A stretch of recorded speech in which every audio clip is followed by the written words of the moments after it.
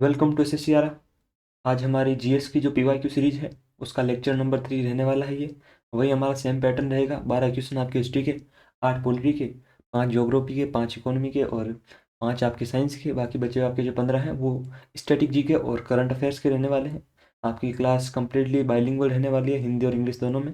और ये जो सभी प्रश्न हैं आपके वो अभी एसएससी में जो 2025 में आपके एग्जाम हुए हैं उनमें जो पूछे गए हैं वहाँ से आए हैं।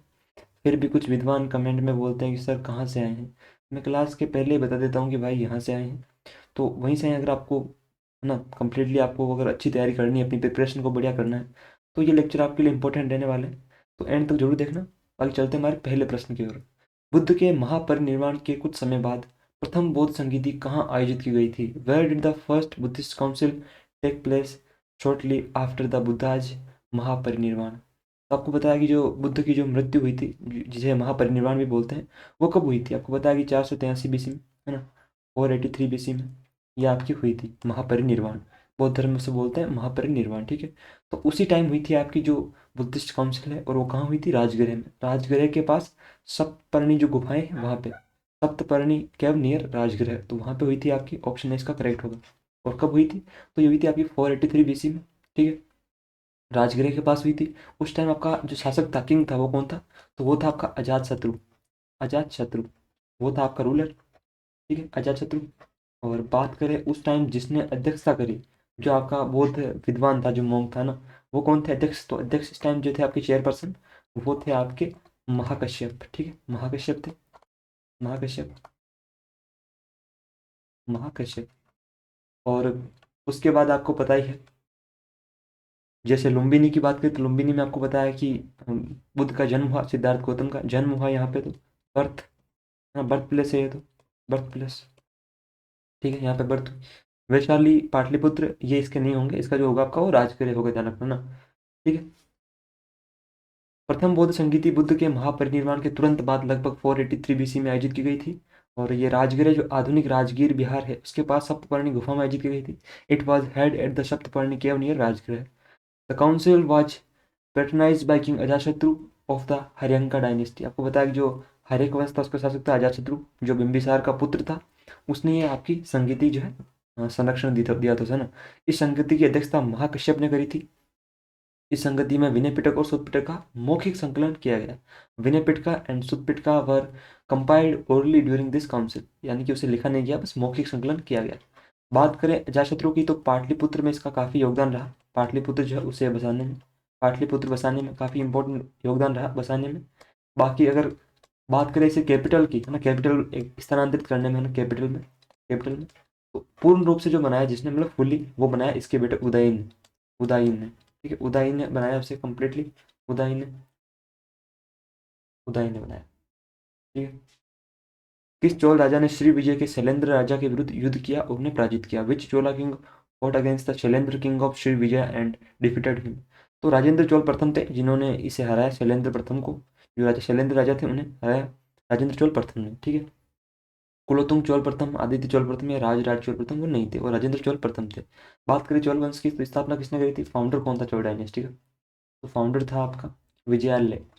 विजयालय जो था वो आपका शासक था जिसने इसकी स्थापना करी, विजयालय ने, ठीक है, विजयालय, उसने इसकी स्थापना करी थी, विजयालय ने। राजेंद्र चोल प्रथम जो है इंपॉर्टेंट, उन्होंने इसका आपका जो युद्ध किया था लगभग 1025 ईस्वी में दक्षिण पूर्व एशिया में नौसैनिक अभियान चलाए इन्होंने। Rajendra Chola launched naval expeditions to South East Asia around 1025 CE. उस टाइम इन्होंने काफ़ी, जो आपका दक्षिण पूर्व एशिया है वहाँ पे नेवी के थ्रू काफ़ी इन्होंने अपने अभियान चलाए। उन्होंने श्री विजय, जो आधुनिक इंडोनेशिया है, आज का जो आपका इंडोनेशिया है, उसे श्री विजय बोलते थे, उसका जो शैलेंद्र राजा था उसे पराजित किया, हराया। इस अभियान ने हिंद महासागर में चोल नौसैनिक प्रभुत्व स्थापित किया। This campaign established Chola naval supremacy in the Indian ocean. तो जो आपका कैंपेन था ना, इसने, इस कैंपेन ने जो आपके चोल हैं उनका प्रभुत्व मतलब स्थापित किया, दक्षिण, आपका जो दक्षिण हिंद महासागर है, कि भैया यहाँ हमसे पार कोई नहीं जाएगा, अगर यहाँ से गुजरोगे तो तब सबसे पहले हमें सलाम बोलना पड़ेगा, ठीक है, वो वाली बात है। राजराज चोल प्रथम ने दक्षिण भारत में शक्ति सुदृढ़ की, न कि दक्षिण पूर्व एशिया में, ठीक है। तो राजराज चोल फर्स्ट जो है, उन्होंने चोल पावर जो साउथ इंडिया में उसे स्ट्रेंथन किया, है ना, ना कि साउथ ईस्ट एशिया में वो गए, उन्होंने साउथ इंडिया में पावर को मजबूत किया। बाकी राजेंद्र चोल प्रथम जो है गंगईकोंड चोलपुरम के लिए आपको बताया, गंगईकोंड चोलपुरम, गंगईकोंड चोलपुरम इनकी उपाधि भी थी गंगईकोंड चोलपुरम, चोलपुरम। और जो आपका बृहदेश्वर मंदिर है उसकी स्थापना किसने करी थी, तो वो राजा राज चोल प्रथम ने करी थी, है ना।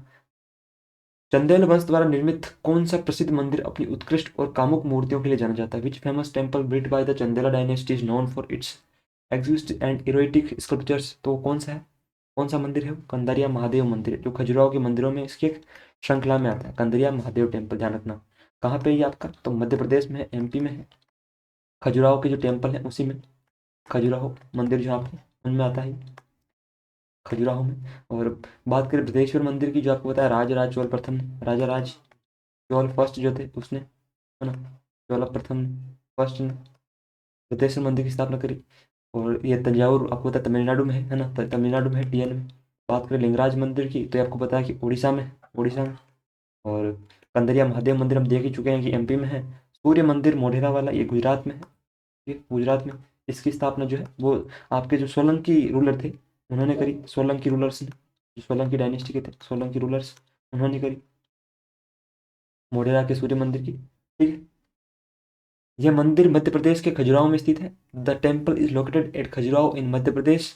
इसका निर्माण 11वीं शताब्दी में चंदेल शासक विद्याधर ने करवाया था। It was built by the Chandela ruler Vidyadhar in the 11th century. उन्होंने विद्याधर जी ने करवाया था। खजुराहो के मंदिर जो है 1986 में यूनेस्को की जो वर्ल्ड हेरिटेज साइट है उसमें इसे इंक्लूड कर लिया गया था 1986 में। मूर्तियां जीवन, अध्यात्म और तांत्रिक प्रतीकों को दर्शाती है। The sculptures the themes of life, spirituality and तांत्रिक सिंबलिज्म। अगर आप जाओगे कभी इन मंदिरों में, जो खजुराहो के मंदिर हैं, तो आपको मतलब कई प्रकार के कामुक आपके जो नग्न दृश्य हैं वो आपको देखने को मिलेंगे, ठीक है, नेक्ड। क्योंकि वो चीज़ें जो है तंत्र की और स्पिरिचुअलिटी को भी दिखाती हैं। क्योंकि पहले क्या होता है कि आपको सांसारिक जीवन को पार करना पड़ता है, फिर ही आप स्पिरिचुअलिज्म का और आप बढ़ सकते हैं। आपको पता है आध्यात्मिक जीवन जो आपकी स्पिरिचुअलिटी जो है उसके लिए आपको पहले यहाँ से होकर गुजरना पड़ता है। तो वो सारी चीज़ों के सिंबल हैं आपके। 1986 में यूनेस्को में इंक्लूड किया गया था आपको ना। भुवनेश्वर के पास उदयगिरी और खंडगिरी गुफाएं मुख्य रूप से किस धर्म के भिक्षुओं के निवास के लिए थी? Udayagiri and Khandagiri caves near Bhubaneswara were primarily meant for the residence of monks from which religion?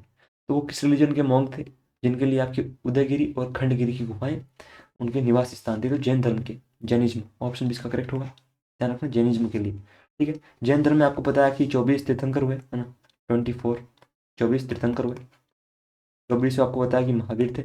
बौद्ध धर्म जो है, बुद्धिज्म, उसकी स्थापना किसने करी? तो बुद्धा ने, है ना, गौतम बुद्ध ने, गौतम बुद्ध ने, गौतम बुद्ध ने करी बौद्ध धर्म की स्थापना, गौतम बुद्ध, ठीक है।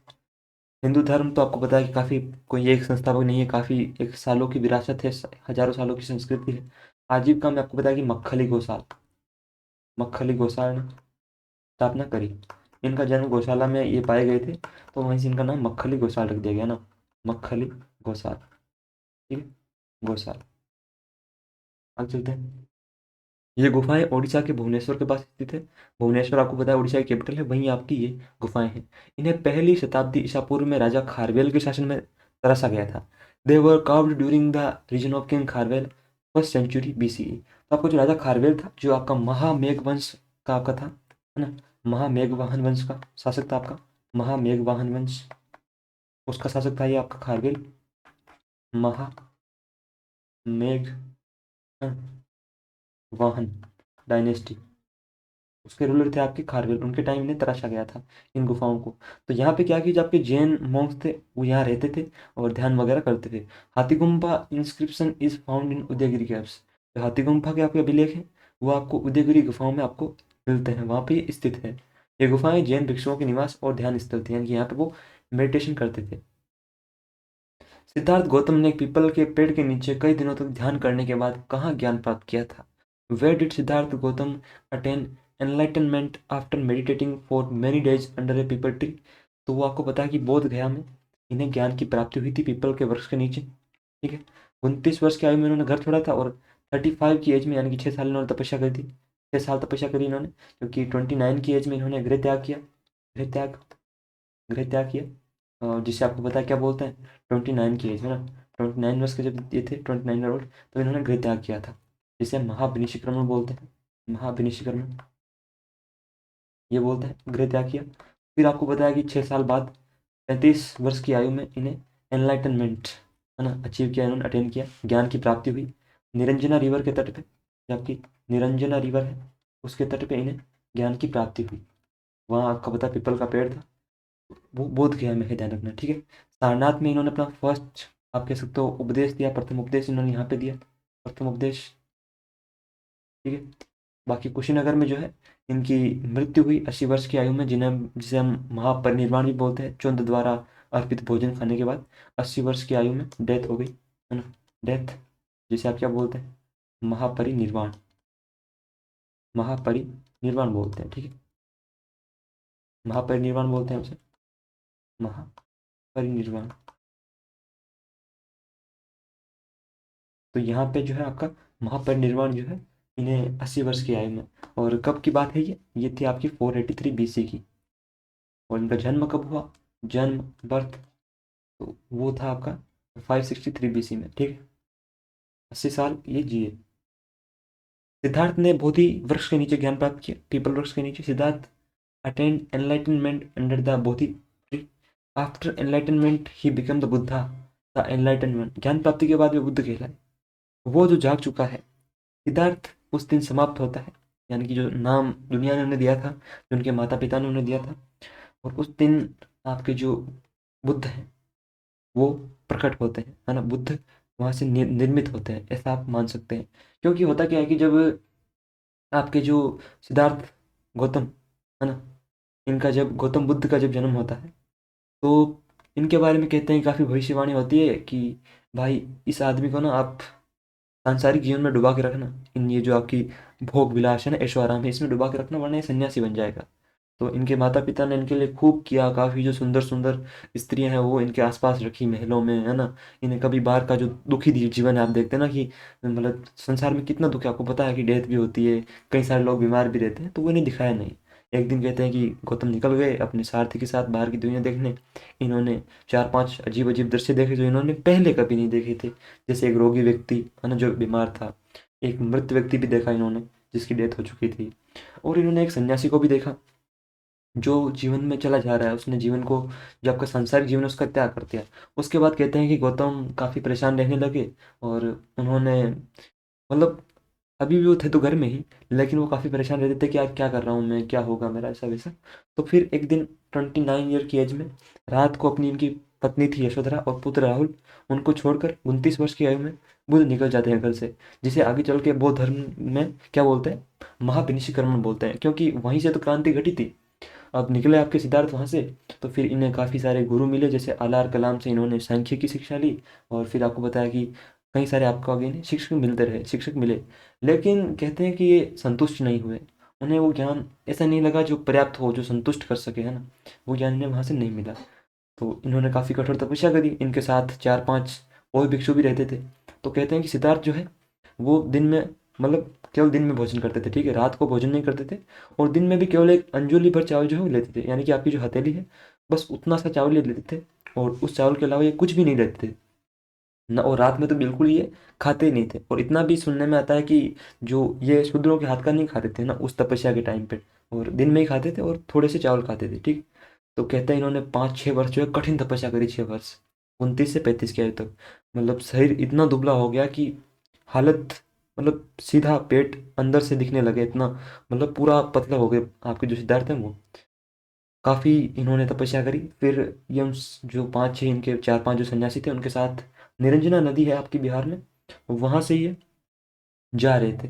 तो वो नदी बहुत छोटी सी, मतलब छिछली सी, आप आसानी से उसे पार कर सकते हो, लेकिन इतना शरीर इतना पतला हो गया था, शरीर इतना कमजोर हो गया था, इतनी वीकनेस आ गई थी सिद्धार्थ के अंदर कि वो नदी पार नहीं हुई, और थक कर ये वहीं बैठ गए। जो एक पीपल का वृक्ष था उसके नीचे ये बैठ गए। पूर्णिमा की वो रात थी, ठीक है, पूर्णिमा की रात थी, और उस टाइम पे एक आपकी सुजाता नाम की दलित बालिका थी, छोटी सी बच्ची थी, उसने कोई मन्नत मांगी थी। तो वो मन्नत पूरा करने के लिए, वो शूद्र महिला थी, शूद्र बालिका थी, क्योंकि ऐसे नाम आपको पता है कि सुजाता की अच्छी जात में पैदा होने वाली, अच्छी जात वाले आपको पता है जिन्हें मानते हैं कि भाई ये अच्छी जात के, वो कभी ऐसा नाम नहीं रखते, नाम से ही पता चल जाता है।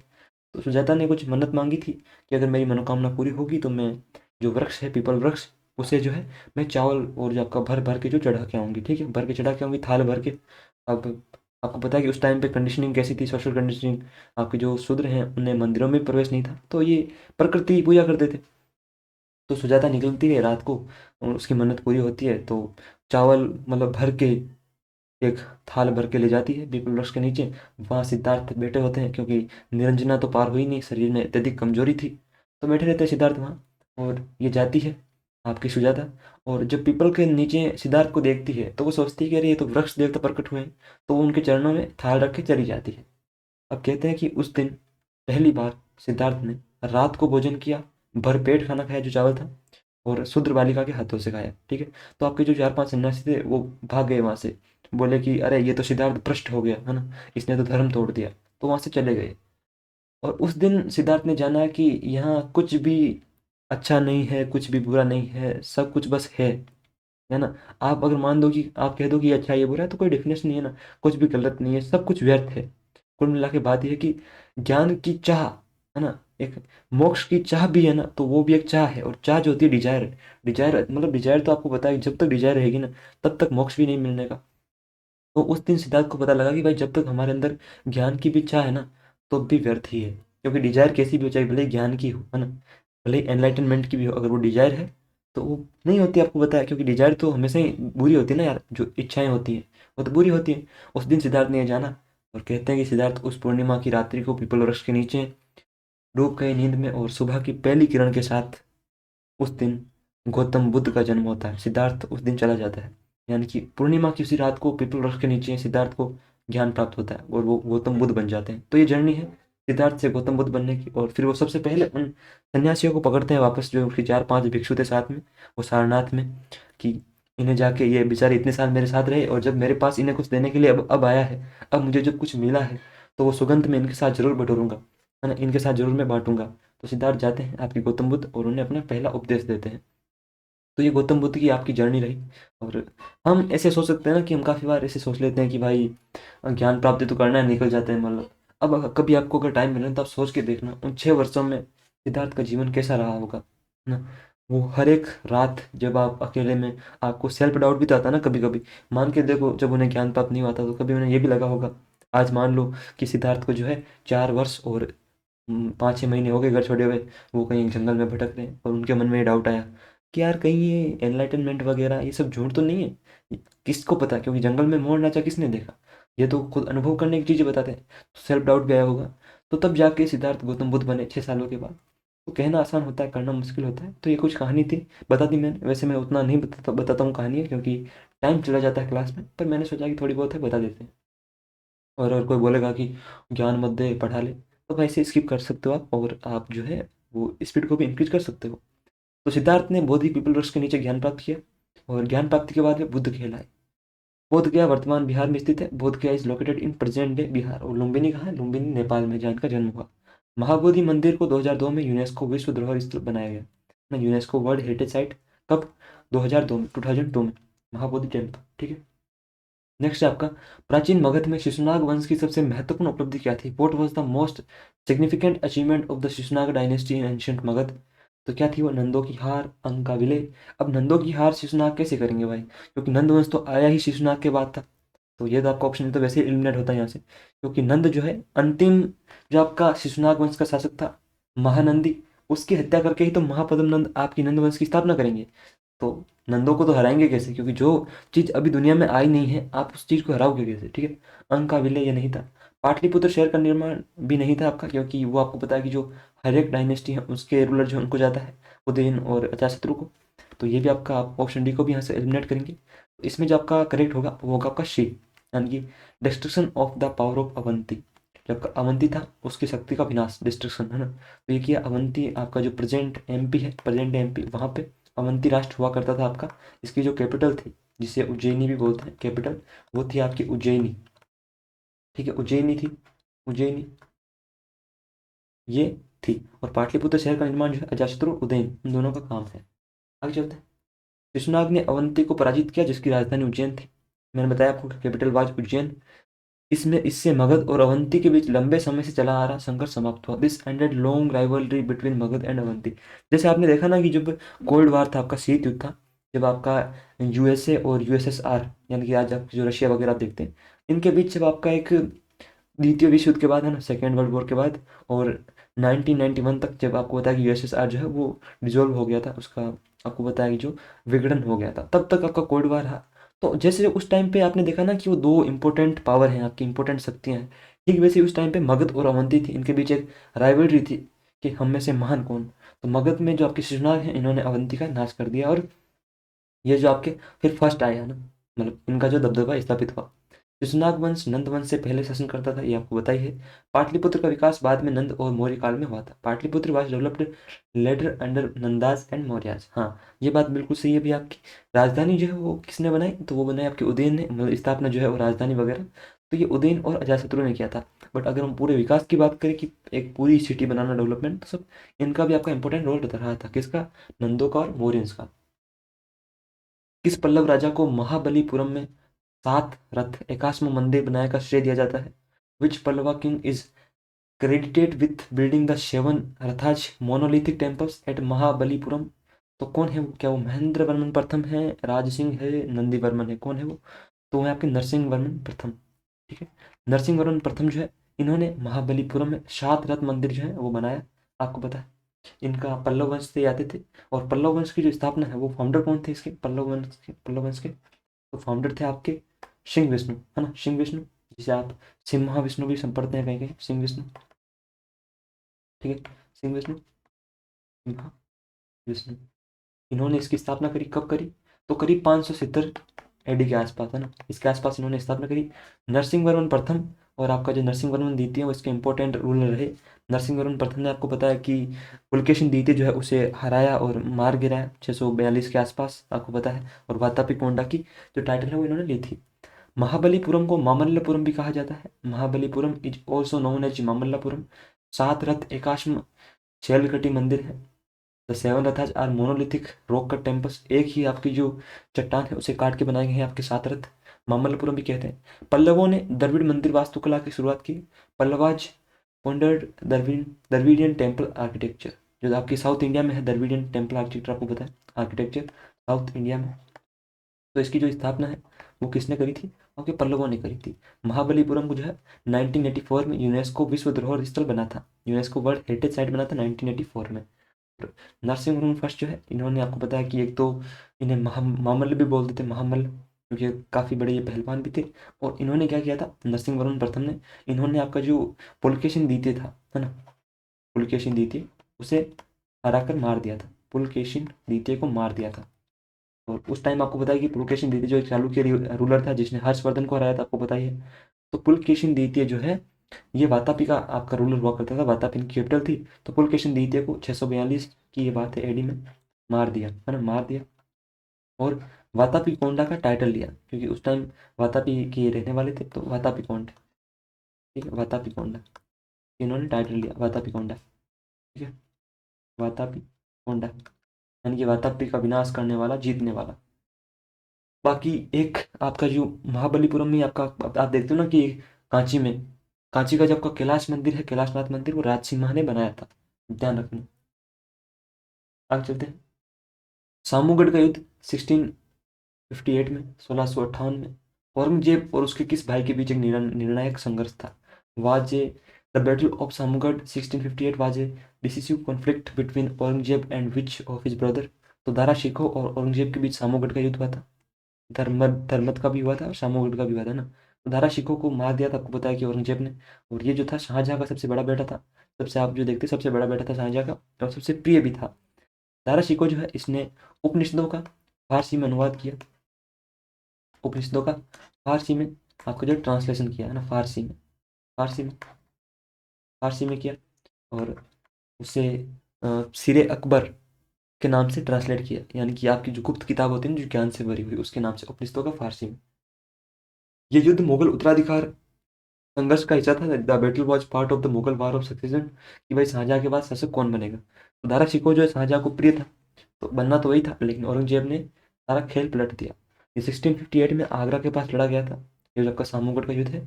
औरंगजेब ने दारा शिकोह को हराकर बाद में उसका वध कर दिया था, यानी कि Aurangzeb defeated Dara Shikoh and later executed him. इस वजह से औरंगजेब के राजभिषेक का मार्ग प्रशस्त हुआ, क्योंकि इसके बाद आपको पता है कि औरंगजेब जो है उसे राजगद्दी पर बिठाया गया।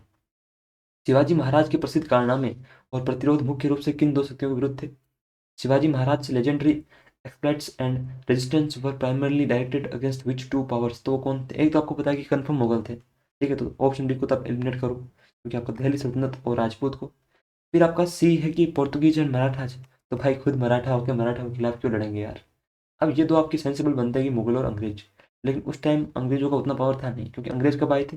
अंग्रेज आ तो गए थे जल्दी ही, लेकिन अंग्रेजों का जो पावर है, मेन पावर जो है अंग्रेजों का, ब्रिटिशर्स का, वो आपका 1757 में प्लासी के युद्ध के बाद निकल के आता है ना। और शिवाजी महाराज का जो टाइम था वो 1680 से पहले का था। तो यहाँ पे आपके बीजापुर और मुगल, बीजापुर के आपके आदिल शाही, और मुगल में तो आपको पता है कि औरंगजेब, उनके खिलाफ शिवाजी महाराज ने युद्ध लड़ा था। आप पता ही, ये सारी चीज़ें आपको पता ही होनी चाहिए। और इनका जो जन्म है वो कहाँ हुआ था? तो इनका जन्म हुआ था वो शिवनेर के दुर्ग में, है ना। जन्म शिवनेर के दुर्ग में हुआ था, शिवनेर फोर्ट में, शिवनेर फोर्ट में हुआ था, शिवनेर फोर्ट में। कब हुआ था? तो आपका 1630 में, 1630 में हुआ था। पिता कौन थे? फादर शिवाजी के, छत्रपति शिवाजी महाराज के। तो फादर थे आपके शाहजी भोसले, है ना, शाहजी भोसले थे। और बात करें इनकी मदर की, माता जी की, तो उनका जो है इन पे काफ़ी इम्पेक्ट था। मदर वो थी आपकी जीजाबाई, है ना, जीजाबाई, जीजाबाई थी। और इनके जो आध्यात्मिक गुरु जो थे, है ना, वो आपके कौन थे? वो दादाजी कोंडदेव थे, ठीक है। ये इनकी लाइफ में इनका इंपॉर्टेंट रोल था। आपका 1646 में जो है इन्होंने तोरण का किला जीता था, यानी कि 1646 में महज 16 वर्ष की आयु में इन्होंने तोरण का किला जो है वो जीता था, ठीक है, तोरण फोर्ट, तोरण फोर्ट जो है इन्होंने जीता था। और आपका जो 1674 में इनका राज्याभिषेक हुआ था, आपको बता कि 1674 में इनका राज्याभिषेक हुआ था। शिवाजी ने बीजापुर की आदिल शाही सल्तनत का विरोध किया था। शिवाजी अपोज्ड द आदिल शाही सल्तनत ऑफ बीजापुर। उन्होंने दक्कन में मुगल विस्तार का भी विरोध किया। उस टाइम औरंगजेब था, आपको पता है, मुगल सल्तनत में औरंगजेब उस टाइम पे आपका रूलर हुआ करता था, औरंगजेब। और उन्होंने 1674 में मराठा साम्राज्य की स्थापना करी। He founded the Maratha empire in 1674। तो 1674 में इन्होंने स्थापना करी, राज्याभिषेक हुआ, इन्होंने स्वराज की स्थापना करी। गुरिल्ला युद्ध उनकी प्रमुख रणनीति थी, यानी गुरिल्ला वॉरफेयर जो है, जिसे आप गैनीमी कावा भी बोलते हैं, वॉज इज मिलिट्री स्ट्रेटजी। क्योंकि देखो इनके पास सैनिकों की संख्या कम थी, तो ये क्या करते थे, जंगलों से भली भांति परिचित थे, तो ये वहाँ से हमला बोलते थे, अचानक धप्पा कर देते थे ना, धप्पा। तो ये थे आपकी गुरिल्ला वॉरफेयर। 1665 में, 1665 में आपकी होती है ट्रिटी ऑफ पुरंदर, पुरंदर की संधि, ठीक है, पुरंदर की संधि होती है आपकी, पुरंदर संधि किन किन के बीच होती है? Treaty of Purandar, Purandar. तो ये होती है आपकी पुरंदर, ठीक है। ये होती है आपकी एक तो शिवाजी महाराज के बीच में, है ना, एक तो आपके शिवाजी महाराज, और एक आपके जो औरंगजेब की ओर से आए थे वो थे आपके कौन? मिर्जा राजा जय सिंह, है ना, मिर्जा राजा जय सिंह, राजा जय सिंह। मिर्जा का उन्हें कैपिटल मतलब एक टाइटल प्राप्त था, मिर्जा राजा जय सिंह, ठीक है। उनके बीच होती है आपकी पुरंदर की संधि। किस सामाजिक समूह ने मराठा सेना के लिए पेशेवर आधार और किसान युद्धाधार प्रदान किया? Which social group provided the professional backbone and peasant warrior base for the Maratha army? तो वो कौन थे? क्या वो देशमुख थे, क्या वो कुणबी थे, चित्पावन थे, या महार थे, जिन्होंने मराठा सेना के लिए एक पेशेवर किसान जो है वो आपके प्रस्तुत किए? तो वो थे कुणबी। ऑप्शन बी इसका करेक्ट होगा। आप कहते हो ना कि अरे हमारा परिवार हमारा कुनबा, तो कुणबी जो थे वो आपके किसान जो लोग थे आपके, वो किसान भी थे, किसानी भी करते थे और योद्धा भी थे साथ साथ में, मतलब सैनिक भी वहाँ से भर्ती होते थे। देशमुख कौन थे? तो आप बेसिकली मोटा मोटा इतना समझ सकते हो कि जो लैंडलॉर्ड हुआ करते थे ना उस टाइम मराठा एम्पायर में, वो लैंडलॉर्ड आप समझ सकते हो, जमींदार, है ना। उस टाइम जो आपके जमींदार थे मराठा साम्राज्य में, देशमुख। क्योंकि आपको पता है कि आपके जो मराठा हैं वो दो प्रकार के कर वसूलते थे, है ना, दो प्रकार के कर वसूलते थे, टू टाइप ऑफ टैक्स। ये आपके मराठा जहाँ से जाते थे, एक तो आपका सरदेशमुखी हो गया, एक आपका चौथ हो गया, ये आपके इंपॉर्टेंट बनते हैं दो। चितपावन जो थे आपके ब्राह्मण थे, है ना, जो आपके ये सारे काम करते थे, ब्राह्मण, जो आपके पूजा वगैरह ये सारे जो है आपके ये करते थे। और इनका जो है प्रधानमंत्री के पद पे भी इनका काफ़ी प्रभाव रहता था चितपावन का। महार जो है ये भी आपके काफ़ी योगदान था, और बी आर अम्बेडकर जो थे वो महार कम्युनिटी से निकल के आते हैं। बी आर अम्बेडकर जो थे वो महार ही थे, ध्यान रखना ना, महार समुदाय से आते हैं, ठीक है। आगे चलते हैं। कुणबी किसान योद्धा थे जो मराठा सेना के रीढ़ थे। Kunbis were peasant warriors forming the bulk of Maratha forces. उनकी गतिशीलता ने तेज और लचीले युद्ध का संभव बनाया। आपको पता है कि जो गोरिल्ला वॉरफेयर है उसमें एक फुर्ती काफ़ी इंपॉर्टेंट होती है, तो ये इनकी वजह से काफ़ी आपकी बनी। Their mobility enabled fast and flexible warfare. Chitpavan मुख्य थे प्रशासक और पेशवा थे। Chitpavan were mainly administrators and Peshwas, जो आपके प्रधानमंत्री होते थे ना, वो आपके चितवन ब्राह्मण थे। महार भी सैनिक थे पर मुख्य आधार नहीं थे। दिल्ली सल्तनत में खम्स कर निम्नलिखित में से किस पर लगाया जाता था? The khams tax in the Delhi Sultanate was imposed on which of the following? तो क्या वो कृषि उपज पे लगाते थे? एग्रीकल्चर प्रोड्यूस पर नहीं। धार्मिक संपत्ति पे भी नहीं था। ट्रेड ऑफ हॉर्सेस पे भी नहीं था। ये था युद्ध के माध्यम से प्राप्त लूट या खजाना। बूटी और ट्रेजर एक्वायर्ड थ्रो वॉरफेयर। मान लो कहीं आपकी सेना ने कोई जीता, कोई आपका राज्य जीता, तो उसमें क्या था, जो आपने जीता था ना, जितना लूटा, मान लो आपने 1,000 कॉइन लूटे, ठीक है, आपने जो है 1,000 कॉइन्स जो है आपने सिक्के लूटे लूटे। तो खम्स क्या होता था कि भाई इस लूट में जो आपका किंग है ना, उसका कितना आपका पार्ट जाएगा, तो इसका 1/5 जो है वो किंग अपने पास लेता था। यानी कि अगर हम बात करें तो 200 जो सिक्के हैं आपके, वो राजा के लिए, जो आपका बादशाह होता था उसके पास जाता था, बादशाह के पास। तो ये था आपका खम्स टैक्स, है ना, बादशाह के पास जाता था 1/5 का, वो था आपका खम्स टैक्स, कि हमें भी कुछ दे। तो खम्स का अर्थ युद्ध की लूट का 5वां हिस्सा था। खम्स मिंट 1/5 ऑफ वॉर बूटी। ये राज्य के खजाने में जमा किया जाता था। It was deposited into the state treasury, जो आपका राज्य का खजाना था, जो आपको पता है, उसके पास जाता था। ये इस्लामी कानून शरिया पे आधारित था। बेस्ट ऑन इस्लामिक लॉ शरिया। ये दिल्ली सल्तनत काल में आपका लागू था, जब आपकी सल्तनत, दिल्ली सल्तनत का आपका पीरियड था उस टाइम पे। और कब से कब तक था ये पीरियड? आपका 1206 से लेकर 1526 तक, ठीक है। 1206 से 1526 तक आपका ये रहा दिल्ली सल्तनत का पीरियड। और बात करें कुछ और टैक्सेस की दिल्ली सल्तनत में, एक आपका था जक़ात। जक़ात, ये क्या था आपका जक़ात? तो जक़ात जो था आपका मुसलमानों पे आपका धार्मिक कर था, यानी कि मुसलमान जो है उन्हें अपने रिलीजन के लिए कुछ कर देना पड़ता था ना, मुसलमानों पे आपका रिलीजियस टैक्स था। मुसलमानों पर धार्मिक कर, रिलीजियस टैक्स, धार्मिक कर था, धार्मिक कर। और बात करें जजिया की, तो वो आपके नॉन मुस्लिम्स पर आपका था, है ना, जो मुस्लिम नहीं थे उन पे था आपका जजिया कर। किस चौहान शासक ने 1191 में तराइन के प्रथम युद्ध में मोहम्मद गोरी को हराया था? विच चहमाना या Chauhan ruler defeated Mohammad Ghori in the first battle of Tarain in 1191? अब 1191 में पृथ्वीराज तृतीय ने आपका जो है मोहम्मद गोरी को हराया था। इन्हें और क्या बोलते हैं? तो राय पिथोरा इन्हें बोलते हैं, राय पिथोरा। पृथ्वीराज तृतीय जी को राय पिथोरा बोलते हैं, ठीक है, राय पिथोरा, ये इनका टाइटल रहता है, पिथोरा, राय पिथोरा के नाम से। और पहला युद्ध हुआ आपका तराइन का 1191 में। दूसरा आपका कब हुआ? Second battle of Tarain. तो आपका दूसरा कब हुआ था तराइन का? Second battle of Tarain just इसके अगले साल हुआ था। और इस बार घोरी पूरी तैयारी के साथ वापस आया अचानक से, है ना, तराइन। तो ये हुआ आपका इसके जस्ट अगले साल, है ना, 1192 में। इसमें आपका जो गोरी जीतता है ना, इसमें आपका गोरी जो है वो जीत जाता है, ठीक है। और पृथ्वीराज जी को फिर बंदी बना के आगे चल के मार दिया जाता है, ठीक है। और कहीं कहीं आपको पूछ सकता है कि थर्ड बैटल ऑफ तराइन भी तो आपका कब हुआ था? 1215 में होता है ना, 1215 में। थर्ड बैटल ऑफ तराइन कब हुआ? ये मैं लिख देता हूँ यहाँ पे, थर्ड बैटल ऑफ तराइन। तो ये आपका कब हुआ था तराइन का? तराइन और आपके जो ये पानीपत वगैरह, ये सब हरियाणा साइड पड़ते हैं ना, हरियाणा में। तो ये आपका हुआ था 1215 में, 1215 में। ये किसके बीच हुआ था? तो आपका जो इल्तुतमिश है, उसने हराया था यल्दोज को। इल्तुतमिश ने यल्दोज को हराया था यहाँ पे, है ना, यल्दोज को हराया। ये यल्दोज, इल्तुतमिश को बाजा और आपका जो बख्तियार खिलजी है, ये मोहम्मद गौरी के गुलाम हुआ करते थे। यल्दोज को हराया, ये रहा आपका। बाकी पृथ्वीराज तृतीय, आपको पता है कि दिल्ली के इनके गोविंद राय जो है, इनके एक इम्पोर्टेंट गोविंद राय जो है एक इनके सेनापति हुआ करते थे। इनके दरबार में चंद्र बरदाई रहते थे। उन्होंने लिखा था आपका पृथ्वीराज रासो, है ना, पृथ्वीराज रासो इनसे रिलेटेड है, पृथ्वीराज रासो, जो किसने लिखा था? चंद्र बरदाई ने लिखा था। चंद्र बरदाई ने ये लिखा था, चंद्र बरदाई, उन्होंने लिखा था आपका ये, चंद्र बरदाई जी ने, ठीक है, उन्होंने आपका लिखा था पृथ्वीराज रासो। ये युद्ध 1191 में हरियाणा के तराइन के पास हुआ था। मोहम्मद गौरी को पराजित कर पीछे हटने पर मजबूर किया गया। 1192 में पृथ्वीराज दूसरे तराइन युद्ध में हार गए। इस पराजय से उत्तर भारत में मुस्लिम शासन की स्थापना हुई। This defeat led to the establishment of Muslim rule in North India.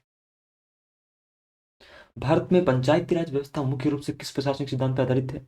On which administrative principle is the Panchayati Raj system in India primarily based? वो किस पे है? क्या वो केंद्रीकरण पे है, सेंट्रलाइजेशन? अगर भाई सेंट्रलाइजेशन पे होता तो पंचायती राज क्यों लाते? क्योंकि पंचायती राज का मतलब ही क्या है कि जो आपके आम जो लोग हैं आपके गांव में, जिला स्तर पे, उनको अपना खुद एक सिस्टम बैठाने का मौका दिया जाए, तो उसमें सेंट्रलाइजेशन कहाँ से हो? शक्तियों का स्थानांतरण क्या इसमें है? डिकंसंट्रेशन? नहीं। नौकरशाही का नियंत्रण, ब्यूरोक्रेटिक कंट्रोल। तो नौकरशाही का नियंत्रण होता तो उसे आईएस राज बोलते हैं ना भाई, पंचायती राज क्यों बोलते हैं? लोकतांत्रिक विकेंद्रीकरण, डेमोक्रेटिक डिसेंट्रलाइजेशन, कि भैया डेमोक्रेटिक रूप से आपके सभी जो है पावर जो सभी के पास बटे, यानी कि सेंटर के पास रहे, तो ऑप्शन सी इसका करेक्ट होगा। पंचायती राज लोकतांत्रिक विकेंद्रीकरण के सिद्धांत पर आधारित है, जिसका उद्देश्य निर्वाचित स्थानीय निकायों को शक्ति सौंपना है। Panchayati Raj is based on the principle of democratic decentralisation, aiming to transfer power to elected local bodies. जो आपके छोटे छोटे स्थानों पर जो होता है ना, जैसे आपके गांव में आपके सरपंच वगैरह हो गए, ठीक है, आगे मंडल पे आपके है ना, ब्लॉक स्तर पे हो गए, जिला परिषद हो गई, तो इन स्तरों पे आपकी जो है एक अपनी छोटा जो आप बोलते हैं लोकल बॉडी जो है वो इलेक्शन हो सके, उसके लिए आपका इशारा किया गया था। ये शासन और निर्णय निर्माण में जमीनी स्तर पर लोगों की भागीदारी सुनिश्चित करता है। It ensures participation of people at the grass roots level in governance and decision making. क्योंकि देखो, अगर आप पावर रखोगे या तो स्टेट के पास या सेंटर के पास, तो आप एक बड़े स्तर पे आप योजनाएं बना सकते हो, बट आप गाँव में कैसे बनाओगे? क्योंकि आपको पता नहीं है ना भाई उस गाँव में क्या समस्याएं हैं। आप वहाँ कुछ चीज़ें ऐसी बंटवा रहे हो जो जनसंख्या कंट्रोल की जा सके, पर पता नहीं कि वो गांव के लोग को पता ही नहीं है, वो उस गुब्बारे में हवा भर के उड़ा रहे हैं, क्योंकि उन्हें पता नहीं है ना भाई इन चीज़ों के बारे में, क्योंकि आप जो है कि बड़े लेवल पे बड़े पैमाने पे कर रहे हो उन चीज़ों को। लेकिन गांव में लोगों को कैसे पता लगेगा? क्योंकि गांव में उतनी एजुकेशन तो होती नहीं है, तो वो तो बच्चों को दे देंगे, बच्चे खेल लेंगे उससे हवा भर के। तो ऐसा नहीं होता है। इसके लिए क्या किया गया इन्होंने? अब आप कहोगे कि विधायक तो है, विधायक आपको पता है कितना बड़ा होता है आपका जो एरिया होता है, कहाँ कहाँ जाके देखेगा विधायक आपका? तो इसलिए आपका जो ये पंचायती राज इंट्रोड्यूस किया गया, कि भाई गांव में आपके सरपंच वगैरह, और फिर आगे आपके मंडल ब्लॉक स्तर पे आपके जो प्रधान वगैरह जो होते हैं वो, और फिर आपकी जो जिला परिषद पे आप जो देखते हैं, ऐसा होगा तो सभी जो है अपने जमीनी स्तर पर क्या समस्याएं हैं उस पर जो आपका ये सारे निर्णय बना पाएंगे। इस सिद्धांत को आपका जो 73वां संविधान संशोधन अधिनियम 1992 द्वारा संवैधानिक मान्यता मिली थी। This principle was constitutionally recognised by the 73rd constitutional amendment act 1992। आपको बताया कि जो 73वां संविधान संशोधन अधिनियम था, उसके तहत पंचायती राज का जो सिद्धांत है उसे आपकी संवैधानिक मान्यता मिली थी। किस समिति ने सबसे पहले त्रिस्तरीय पंचायती राज संरचना की स्थापना की थी? विच committee first recommended the establishment of A 3 tier Panchayati Raj structure? तो कौन थे वो? अशोक मेहता समिति, बलवंत राय मेहता समिति, या एल एम सिंघवी समिति? तो बलवंत राय मेहता समिति इन्होंने करी थी त्रिस्तरीय आपकी जो पंचायती राज है ना, 3 tier पंचायती राज स्ट्रक्चर। क्या होता है आपका त्रिस्तरीय? देखो, विलेज लेवल पे आपकी ग्राम पंचायत हो गई, ग्राम पंचायत, गांव के स्तर पे ग्राम पंचायत हो गई आपकी। वहीं अगर हम बात करें ब्लॉक, आपका जो खंड स्तर पे होता है, तो वहां पे आपको पता है कि जो पंचायत समिति हो गई आपकी, है ना, पंचायत समिति हो गई इस स्तर पे, ठीक है, पंचायत समिति ये हो गई आपकी वहां पे, आपकी ब्लॉक लेवल पे। और फिर अगर हम बात करें डिस्ट्रिक्ट लेवल की, डिस्ट्रिक्ट लेवल की, तो वहां पे आपकी हो गई जिला परिषद। ये था आपका त्रिस्तरीय पंचायती राज सिस्टम, जिला परिषद, ठीक है, ये हो गई आपकी। अब ये जो है आपकी बलवंत राय मेहता समिति ने सिफारिशें बताई थी, कब बताई थी? 1957 में, कि भैया ऐसा सिस्टम होना चाहिए। नेहरू जी ने कहा ठीक है भाई, बापू का बर्थडे आ रहा है, बापू के बर्थडे के दिन कर देंगे लागू, क्योंकि बापू ये चाहते थे कि भाई लोग जो है वो आम लोग जो है जुड़े सिस्टम से, कानून बनाने से। तो बापू के बर्थडे पे 2 अक्टूबर को आपका 1959 में, 1959 में आपका ये लागू हुआ। और कहाँ लागू हुआ फर्स्ट टाइम? फर्स्ट टाइम जो आपका लागू हुआ ये राजस्थान में, आपका जो नागौर डिस्ट्रिक्ट है, राजस्थान के नागौर में, नागौर डिस्ट्रिक्ट में, वहाँ आपका एक गांव है बगधरी, बगधरी वहाँ पर, बगधरी गांव में आपका जो है बगगढ़ बगधरी आपको वहाँ नाम देखने को मिलते हैं। तो वहाँ जो है इसकी स्थापना सबसे पहले लागू हुआ, आपका जो त्रिस्तरीय पंचायती राज सिस्टम जो है वो। एल एम सिंघवी समिति, जीवी के राव समिति, और जो आपकी अशोक मेहता समिति है, ये सभी पंचायती राज से संबंधित है, ठीक है। अशोक मेहता समिति आपको पता है कि 1977 की बात है। बलवंत राय मेहता समिति ने ग्राम पंचायत, पंचायत समिति और जिला परिषद की त्रिस्तरीय प्रणाली की सिफारिश की, कि भैया 3 स्तर पे होनी चाहिए। कौन कौन सी? एक तो आपकी ग्राम पंचायत हो गई, पंचायत समिति हो गई, और जिला परिषद हो गई। ये इन्होंने बात कही, किसने? बलवंत राय मेहता समिति ने 1957 में। इसने ग्रामीण विकास के लिए लोकतांत्रिक विकेंद्रीकरण पर जोर दिया, यानी कि डेमोक्रेटिक डिसेंट्रलाइजेशन। इसलिए ताकि भाई रूरल डेवलपमेंट हो सके। अशोक मेहता समिति 1977 में बनी और इसने द्विस्तरीय प्रणाली की सिफारिश करी कि भाई 2 टियर होनी चाहिए, एक तो आपकी मंडल पंचायत और एक जिला परिषद। तो इन्होंने कहा कि नहीं, हम ग्राम पंचायत नहीं रखेंगे, है ना, क्योंकि सरपंच जी तो चल दिए, अब कौन लेगा गाँव की जिम्मेदारी। तो अशोक मेहता ने कहा कि भाई मंडल को दे देना गाँव की जिम्मेदारी। तो इन्होंने क्या किया, अशोक मेहता कमेटी ने क्या सिफारिश दी, इन्होंने कहा कि 2 टियर सिस्टम होना चाहिए। फिर आपकी आती है एल.एम. सिंघवी समिति, उसने पंचायती राज को संवैधानिक दर्जा देने पर जोर दिया। L M. Singhvi committee emphasises constitutional status to Panchayati Raj institutions, कि भाई इन्हें जो है आपका कॉन्स्टिट्यूशनल एक स्टेटस मिलना चाहिए। ये आपकी एल.एम. सिंघवी समिति ने कही। ये आपकी 1984-5 के आसपास की बात है, उस टाइम पे। और फिर आपकी जीवी के राव समिति ने जिला स्तर की योजना को मजबूत करने पर बल दिया। जीवी के Rao committee focused on strengthening district level planning. इन्होंने कहा कि भाई डिस्ट्रिक्ट लेवल पे जो है मजबूत किया जाना चाहिए। ये कब बनी थी आपकी जीवी की राव, तो ये करीब आपकी 1986 के आसपास की बात है ना, उस टाइम की ये बात है। किस संविधान संशोधन द्वारा गोवा, दमन और दीव के क्षेत्रों को भारतीय संघ में शामिल किया गया था? By which constitutional amendment were the territories of Goa, Daman and Diu incorporated into the Indian union? तो कौन सा था वो, 10वां था, 12वां था, 14वां था या 15वां था? तो गोवा, दमन और दीव, इन्हें आपका जो 12th अमेंडमेंट था उसके तहत भारत में मिलाया गया। इससे पहले आपको पता कि यहाँ पुर्तगालियों का राज हुआ करता था, है ना। तो आपका जो 12th अमेंडमेंट था उसके थ्रू 1962 में गोवा, दमन और दीव को आपका जो यूनियन टेरिटरीज बनाया गया। इन क्षेत्रों को 1961 में पुर्तगाली शासन से मुक्त कराया गया। किसके तहत? ऑपरेशन विजय के तहत। ऑपरेशन विजय के तहत इन्हें पुर्तगीज रूल से मुक्त कराया गया, है ना। गोवा आपको पता है कि 1987 में इसे पूर्ण राज्य का दर्जा मिला मिला 1987 में, जबकि दमन और दीव केंद्र शासित प्रदेश रहे। Goa became a full fledged state in 1987 while Daman and Diu remained UTs. ठीक है, तो ये आपके दमन और दीव जो है वो आपकी यूटी बने रहे, जबकि गोवा जो है इसे 1987 में एक पूरा राज्य का दर्जा मिला। स्वतंत्र भारत के पहले वित्त मंत्री कौन थे अंतरिम सरकार में भी? Who served as the first finance minister of independent India also in the interim interim government? तो स्वतंत्र भारत में जो आपके पहले वित्त मंत्री थे वो थे आपके R.K. षणमुख शेट्टी। ठीक है, और अंतरिम सरकार में कौन थे आपके? तो लियाकत अली खान थे। Liaquat Ali Khan served as finance minister in the interim government, जबकि अंतरिम सरकार बनी थी ना, कब? जब आपका कहा गया था कि भाई ठीक है हम तुम्हें आज़ाद कर देंगे, लेकिन पहले तुम संविधान तो बनाओ, हाँ, और आपकी जो सभा तो बिठाओ। तो उस टाइम आपकी जो एक इंतरिम गवर्नमेंट बनी थी 1946 में, उस टाइम आपके वित्त मंत्री लियाकत अली खान थे। R.K. षणमुख शेट्टी जो है 1947 में फर्स्ट फाइनेंस मिनिस्टर बने, किसके? इंडिपेंडेंट इंडिया के। उन्होंने 26 नवंबर 1947 को भारत का पहला केंद्रीय बजट प्रस्तुत किया था, षणमुख शेट्टी साहब ने। 26 नवंबर 1947 को India first union budget presented by R.K. Shanmukh Shetty. तो स्वतंत्र भारत की बात करें तो वो आपके R.K. षणमुख शेट्टी थे, और अंतिम सरकार की अगर हम बात करें तो वो आपके लियाकत अली खान थे।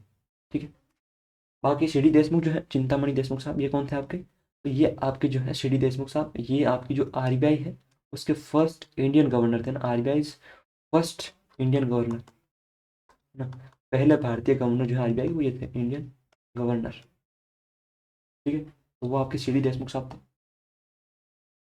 आगे चलते हैं।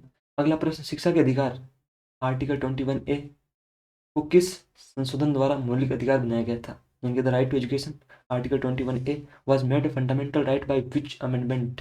तो वो कौन सा संशोधन था जिसके जरिए से मौलिक अधिकार बने? तो वो था आपका 86 अमेंडमेंट 2002 में, है ना, उस टाइम से बनाया गया था, ध्यान रखना। बाकी आपको पता है कि 44वां आपका कब हुआ था? 44वां आपका 1978 में हुआ था। और 42वां कब हुआ था आपका? तो वो 1976 में हुआ था आपका, 1976 में। और 93 आपका कब हुआ था? ये आपका 2005 में हुआ था। ठीक है, 86 constitutional amendment act 2002 inserted article 21A। ये 6 से 14 वर्ष के बच्चों को मुफ्त और अनिवार्य शिक्षा प्रदान करता है। और article 45 was also amended to focus on early childhood care.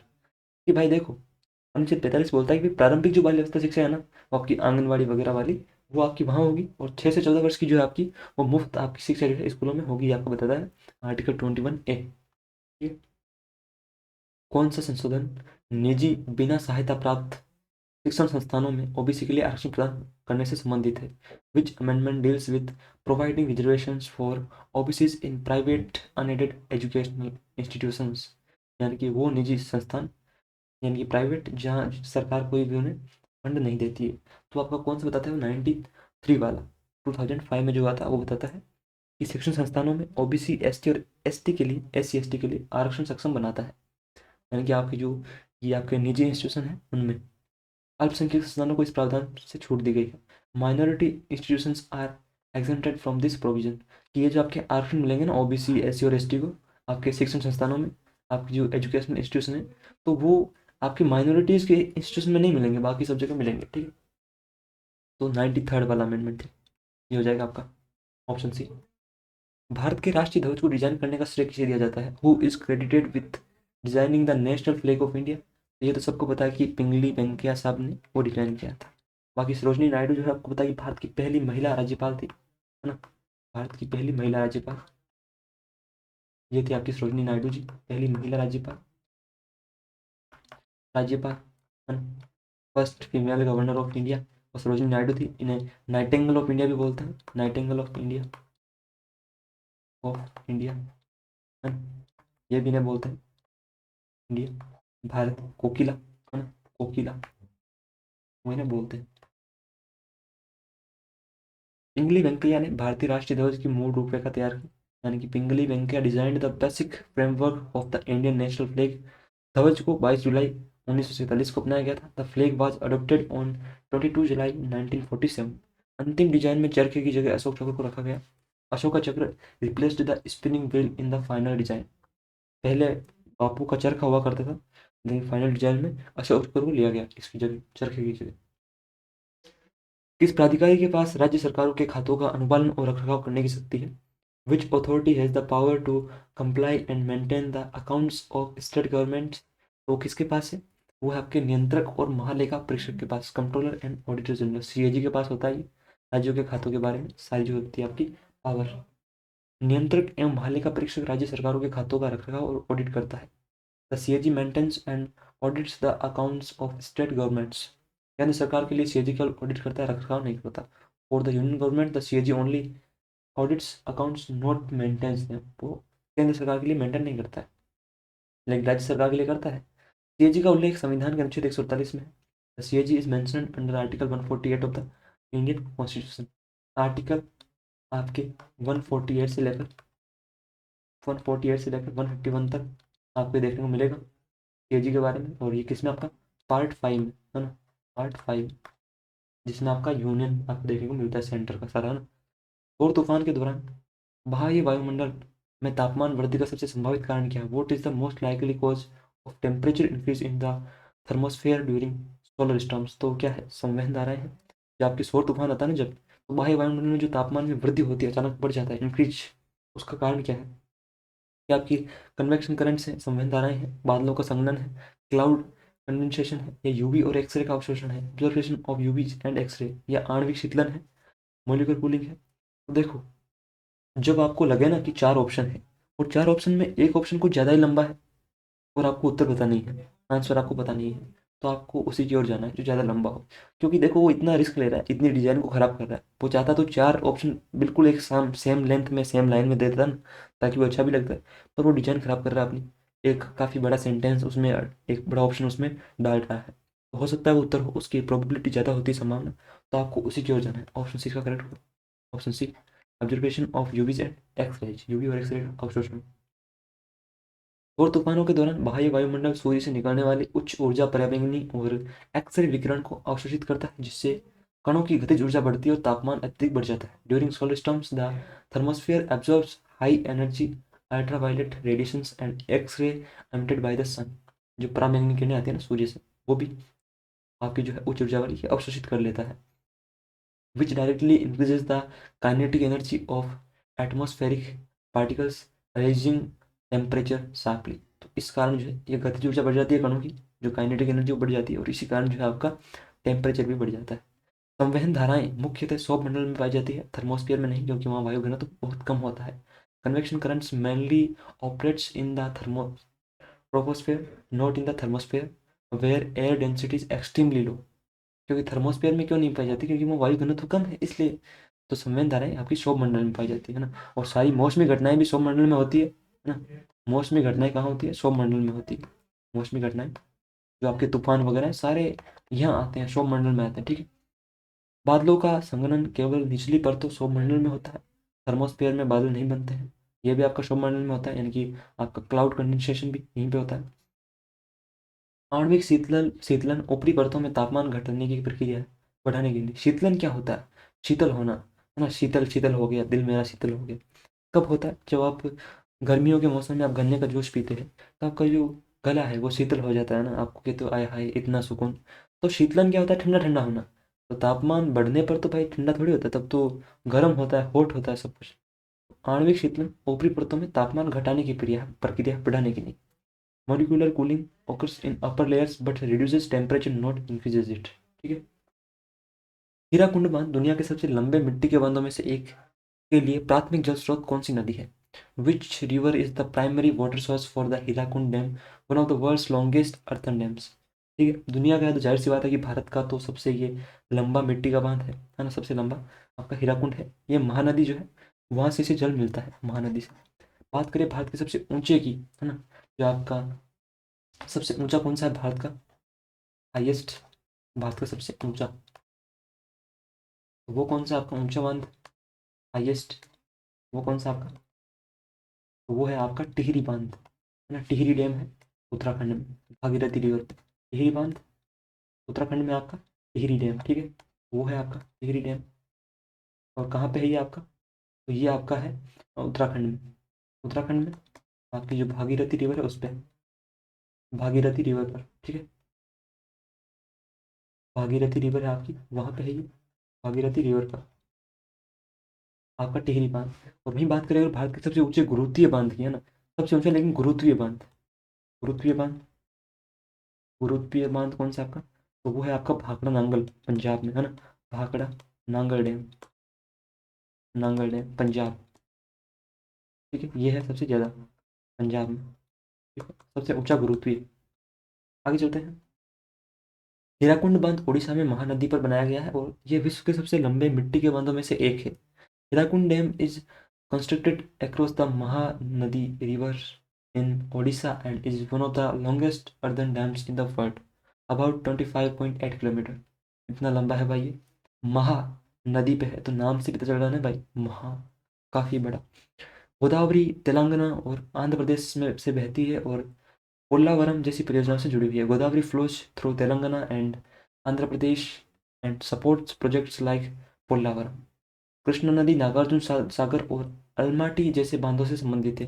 Krishna river supports dam like Nagarjuna Sagar and Almatti. Nagarjuna Sagar वाला कहाँ पे है? तो आपका आंध्र प्रदेश और तेलंगाना, और आपका जो तेलंगाना है वहाँ पे आपको नागार्जुन सागर देखने को मिलता है, तेलंगाना में। ठीक है। कौन सा महत्वपूर्ण अंतर्राष्ट्रीय व्यापार मार्ग लाल सागर के माध्यम से उत्तरी अटलांटिक को हिंद महासागर से जोड़ता है? Which important international trade route connects the North Atlantic to the Indian Ocean via the Red Sea. तो आपका जो महासागर, हिंद महासागर, उसे आपको जोड़ता है किसको? उत्तरी अटलांटिक को। और किसके माध्यम से? लाल सागर के माध्यम से। तो वो कौन सा है? या पनामा है, स्वेज है, बेरिंग स्ट्रेट है, या स्ट्रेट ऑफ जिब्राल्टर है? तो आपकी स्वेज नहर है, स्वेज। ठीक है। वैसे अभी एमटीएस और जीडी के एग्जाम हो जाए, फिर उसके बाद आपके एसएससी 2026 के जो आपको पता एग्जाम होंगे, तो उसके लिए अगर आपका सपोर्ट अच्छा रहता है ना, अगर आप, काफ़ी लोगों की अगर डिमांड रहती है कि हाँ सर मैं पढ़ना है, तो मैं आपको पूरा अच्छे से हर एक चीज़ करवा दूंगा, बिल्कुल फ्री में यूट्यूब पे करवा दूंगा, हर एक सब्जेक्ट करवा दूंगा। बस पढ़ने वाले चाहिए ना यार, अब एक दो लोग हो तो उससे क्या ही होता है, आपको ही पता है। अगर अच्छा सपोर्ट रहेगा, कहेंगे कि हमें पढ़ना है, तो बिल्कुल पढ़ा देंगे। सुएज नहर भूमध्य सागर जो उत्तरी अटलांटिक से जुड़ा है को लाल सागर से जोड़ती है और यूरोप एशिया के बीच सबसे छोटा समुद्री मार्ग प्रदान करती है। The Suez Canal connects the Mediterranean Sea, जो आपका भूमध्य सागर है उसे linked to North Atlantic with the Red Sea, providing the shortest sea route between Europe and Asia. आपका जो यूरोप और एशिया को जो जोड़ता है आपका स्वेज नहर, जो आपका सबसे शॉर्ट रूट आपको प्रदान करता है।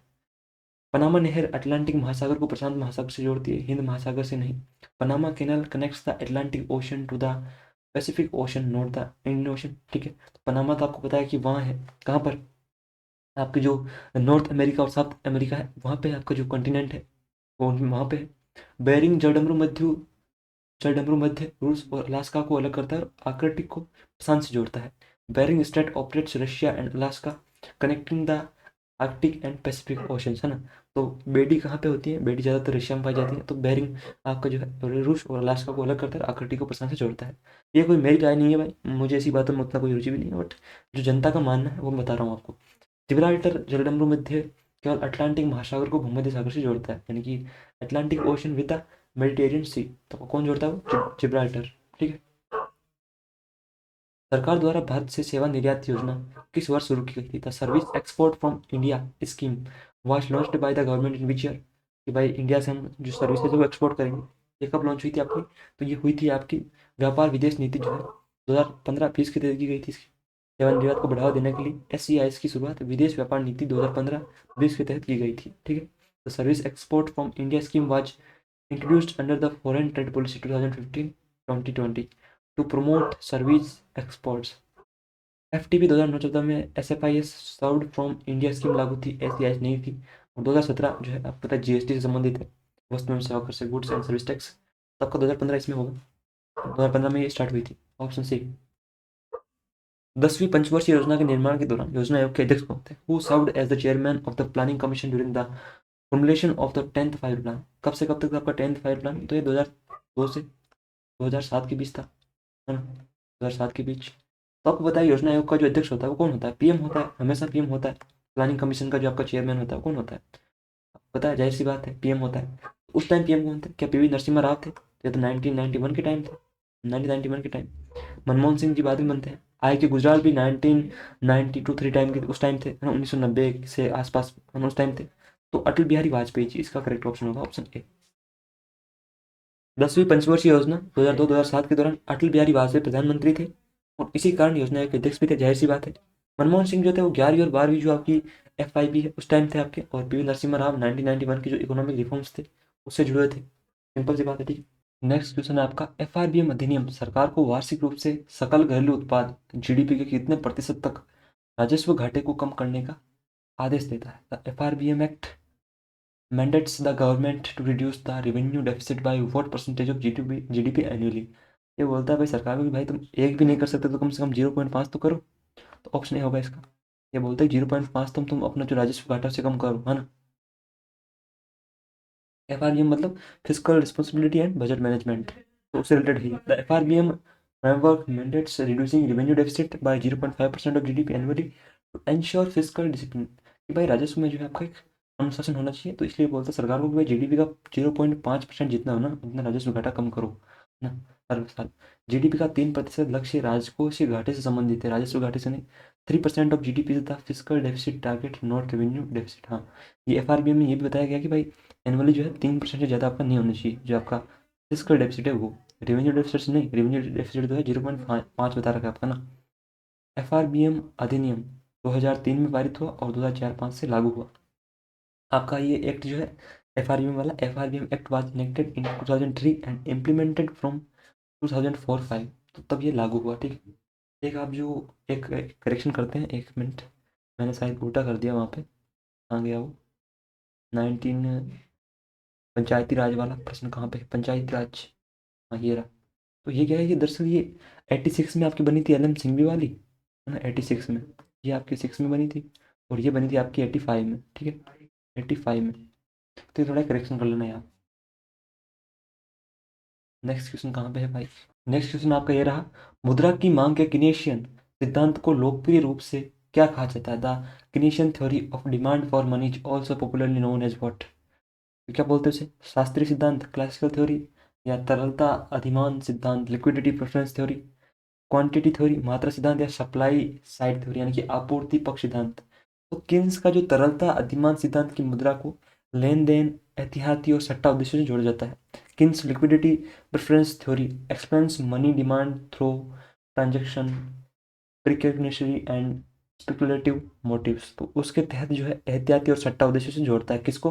तरलता अधिमान सिद्धांत जो है मुद्रा की मांग को लेन देन, एहतियाती और सट्टा उद्देश्य से जोड़ता है। किन्स, जैन किन्स आप जानते हैं ना, जो आपके फादर ऑफ किसके, मैक्रो इकोनॉमिक्स, क्योंकि माइक्रो के कौन है? माइक्रो के हैं आपके एडम स्मिथ, जो आपके the theory the wealth of nation जिन्होंने लिखी थी आपको बताया, तो वो। शास्त्रीय सिद्धांत मुद्रा मांग को केवल आय से जोड़ता है, ब्याज दर से नहीं। Classical theory links money demand only to income, ignoring interest rates. मात्रा सिद्धांत मूल्य स्तर पर केंद्रित है, तरलता पर नहीं। जबकि quantity theory focuses on price levels not liquidity preference.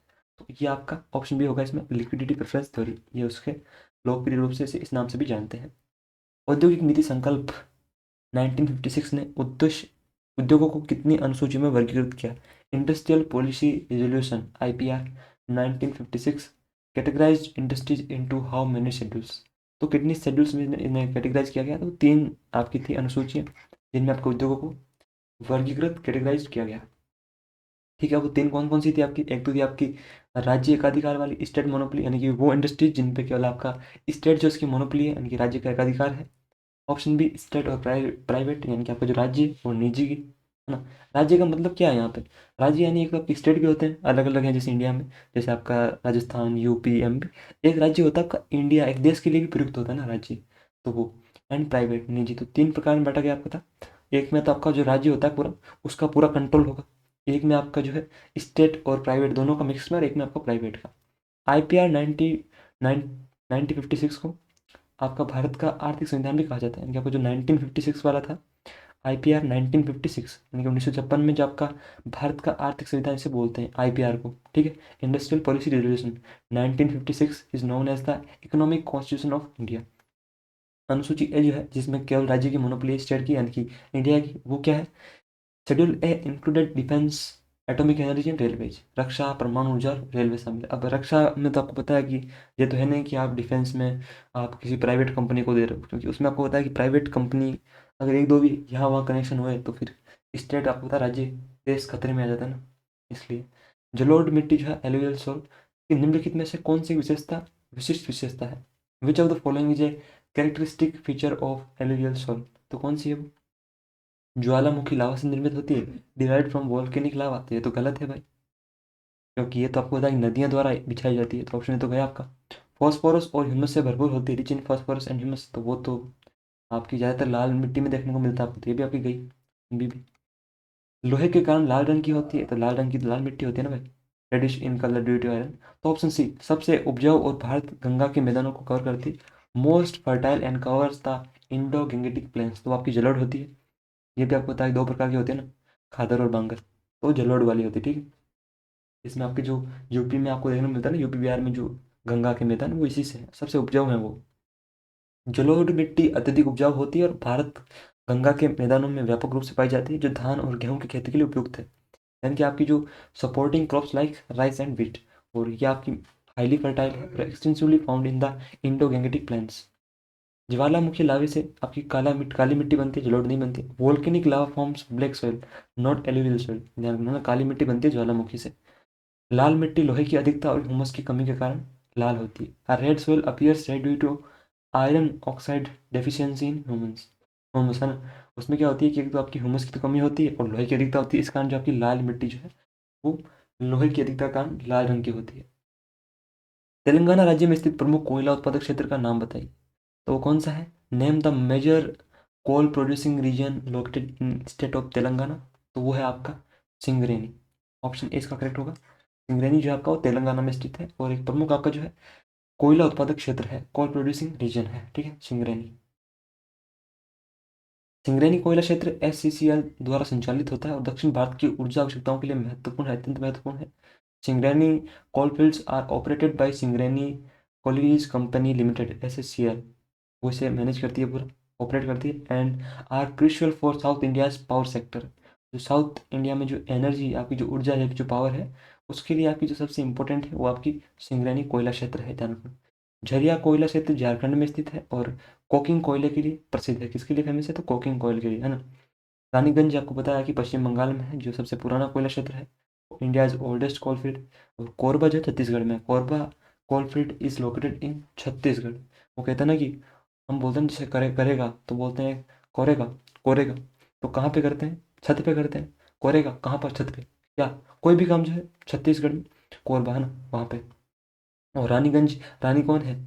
अभी इतनी आप देखते हैं पॉलिटिकल लीडर है, तो उनमें रानी तो आपको पता है कि एक फीमेल ही होती है ना। ये तो है नहीं कि आप आदमी को रानी बनना दोगे, तो बहुत पॉसिबल नहीं है।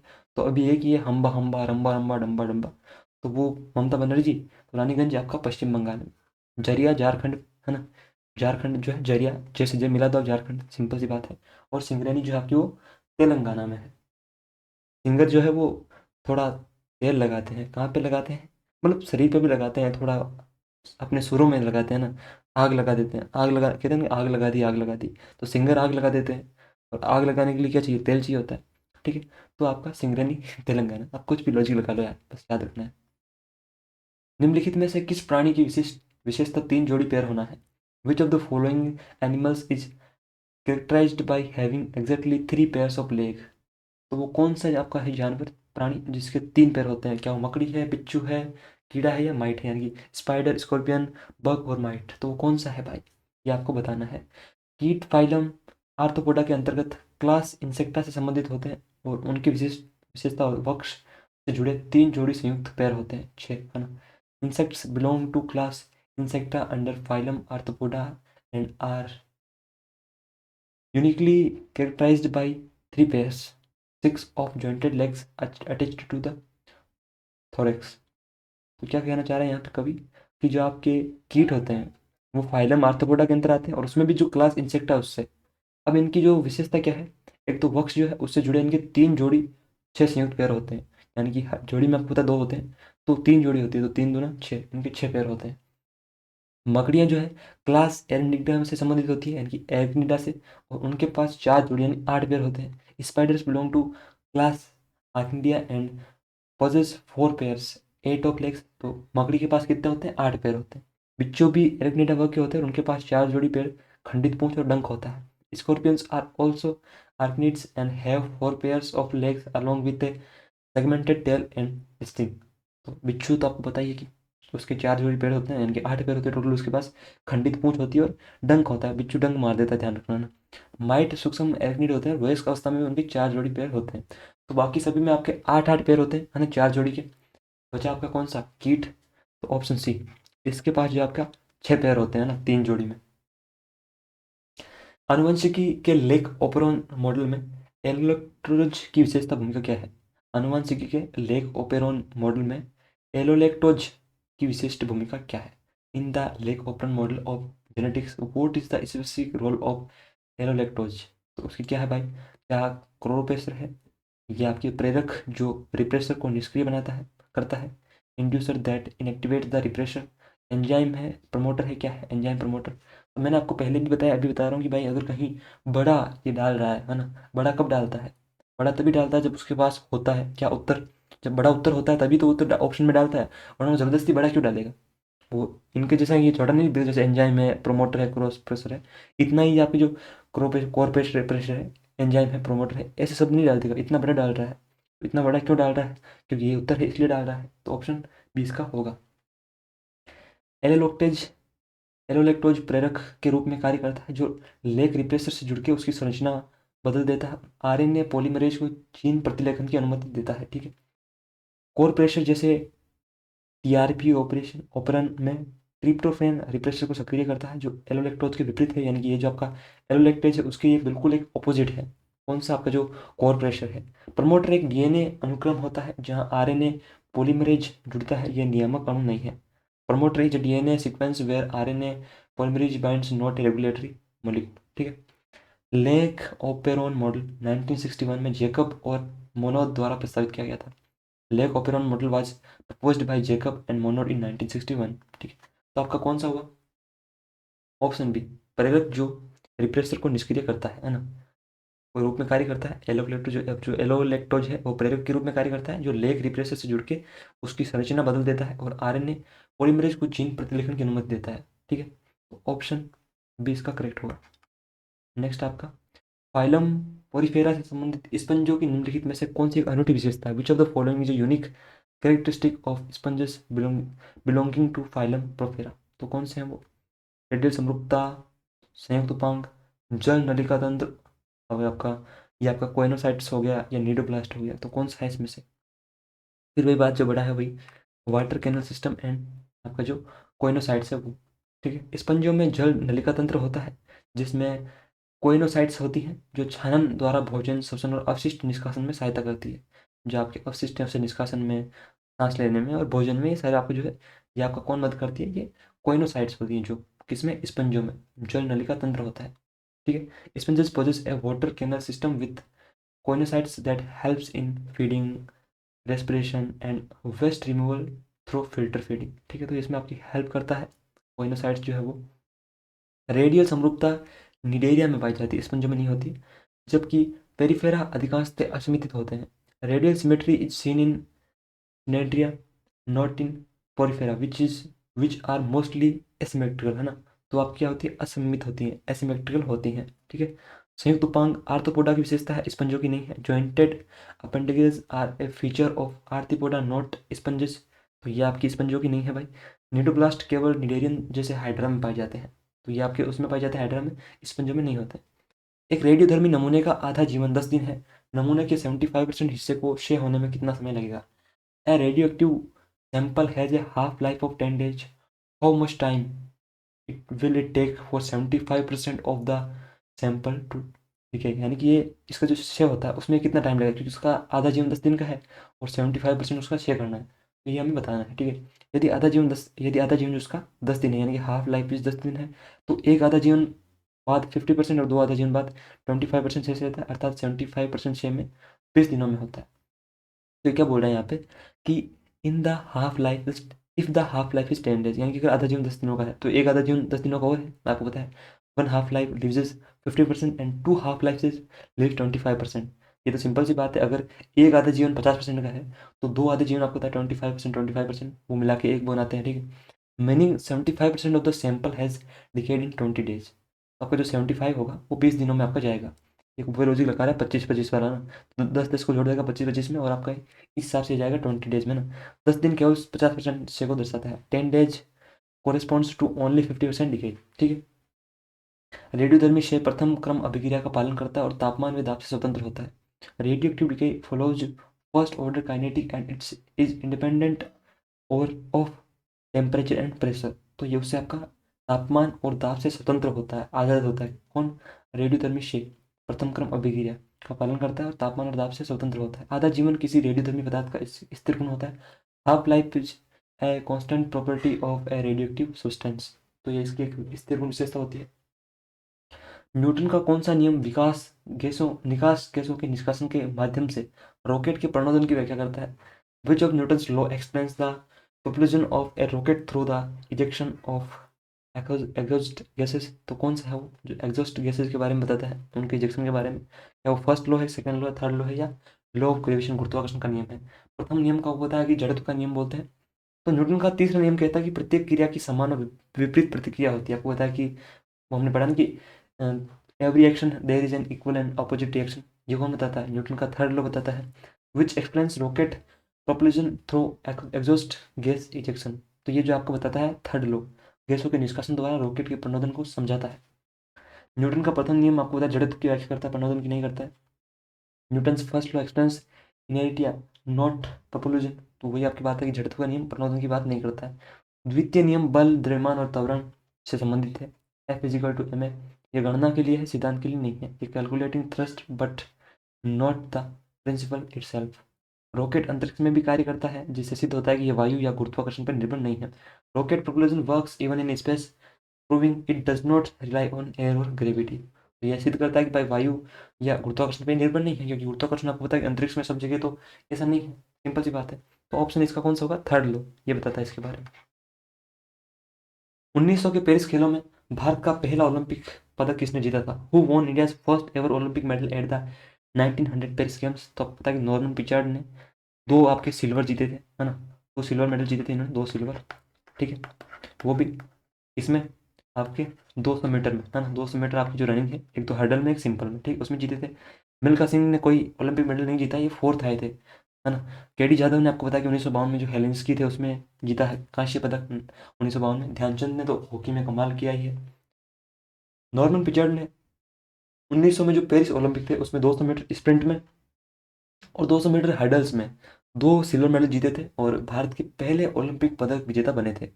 मिल्खा सिंह ने कोई भी ओलंपिक मेडल नहीं जीता है, never won an Olympic medal. He finished fourth in 400 metre at the 1960 Rome Olympics. 1960 के जो रोम ओलंपिक थे उसमें वो 400 मीटर में चौथे स्थान पर रहे थे।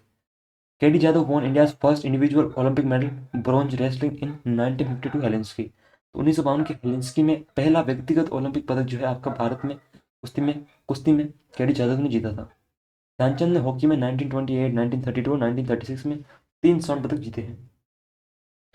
2023 में खेलो इंडिया पैरा गेम्स का पहला आपका जो एडिशन है वो कहाँ पे हुआ था आपका, तो वो नई दिल्ली में। किसने की थी इसकी मेजबानी? न्यू दिल्ली में, ठीक है। पहले खेलो इंडिया पैरा गेम्स दिसंबर 2023 में नई दिल्ली में आयोजित किए गए, जिसका उद्देश्य दिव्यांग खिलाड़ियों को बढ़ावा देना था। Promoting inclusive sports for para athletes, जो शरीर से आपको बताया जो दिव्यांग हैं, जिनके कोई अंग काम नहीं करता, तो उनको प्रमोट करने के लिए हुए थे ना।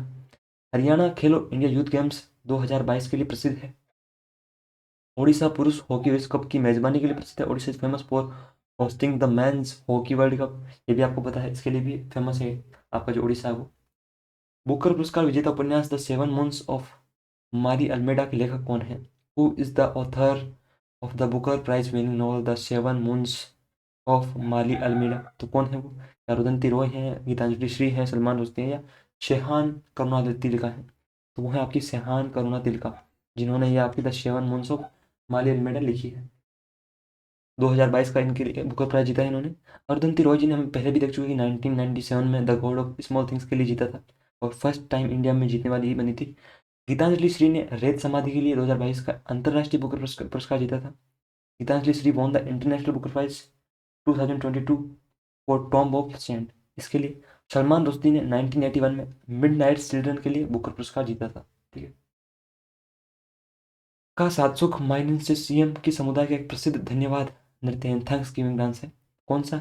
The Ka Shad Suk Mynsiem is a famous thanksgiving dance of which community? Khasi, Garo, Mizo, Naga, इनमें से कौन सी जो आपकी क्या मनाती है? सात्सुक।